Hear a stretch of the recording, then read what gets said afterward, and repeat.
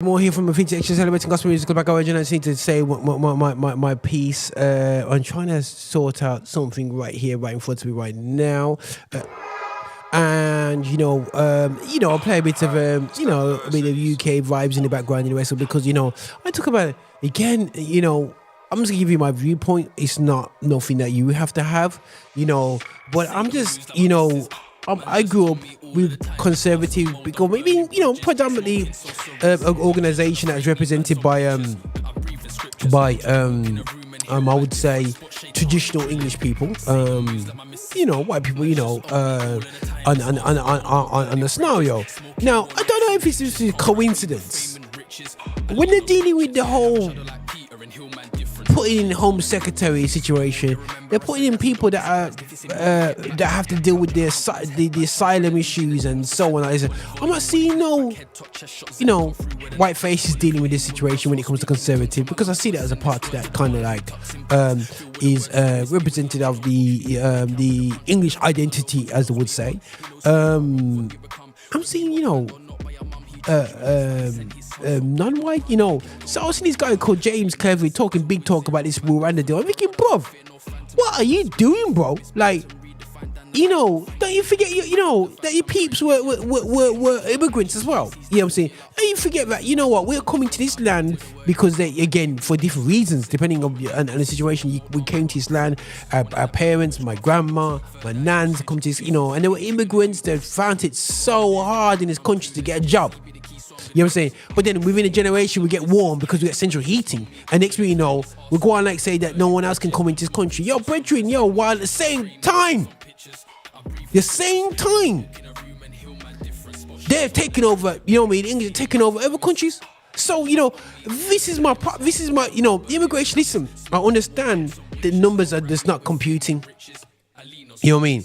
And the whole Rwanda scenario is a scenario where I go, really? Is this what we really doing these days? You know what I mean? I understand there's a problem with the seas and crossing over. This comes from the whole, narrative of Brexit. It all boils back to that and whatsoever. But the thing is, guys, you know what, so yeah, do unto others you want done to yourself. There are English people that are occupying, making money, owning land that isn't theirs.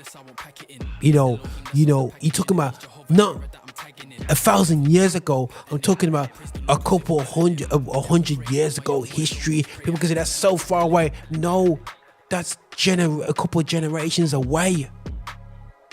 And right to this day, if the Aborigine people can't even have a voice in their own land right now because of the people that formerly lived in this country, their children's children is saying no. In this land, we are going on like say we're some illegal late aliens out here. Sorry, it's something argument which I would love to to have, and I fully get the economical side, the side where you go, whose jobs are they taking, this or that. I get the arguments. I get it. But when I'm seeing all this smart talk, all this crazy talk, and I'm thinking, and I know that a lot of Christian organizations are supporting people, immigrants, they're supporting immigrant organization, Christian Aid out there in countries where the immigrant population is coming out there from there. That's great.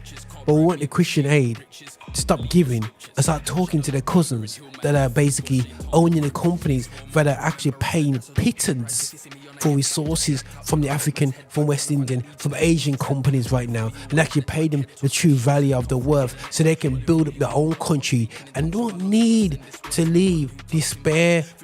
You know what I mean? So when you take out a leader, take out the leaders that are putting a whole heap of money you're giving to them, government to governments, put it into their Swiss accounts, and you can see them, but you allow them to still exploit the people.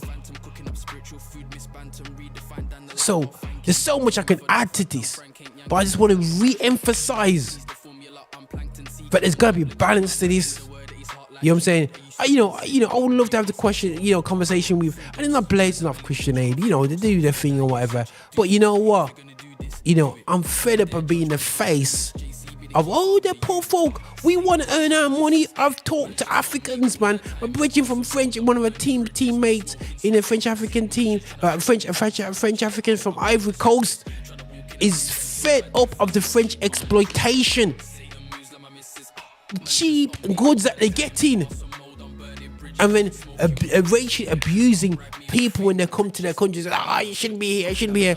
Well, pay me my money for my resources, for my time, effort properly, and I can take care of my land.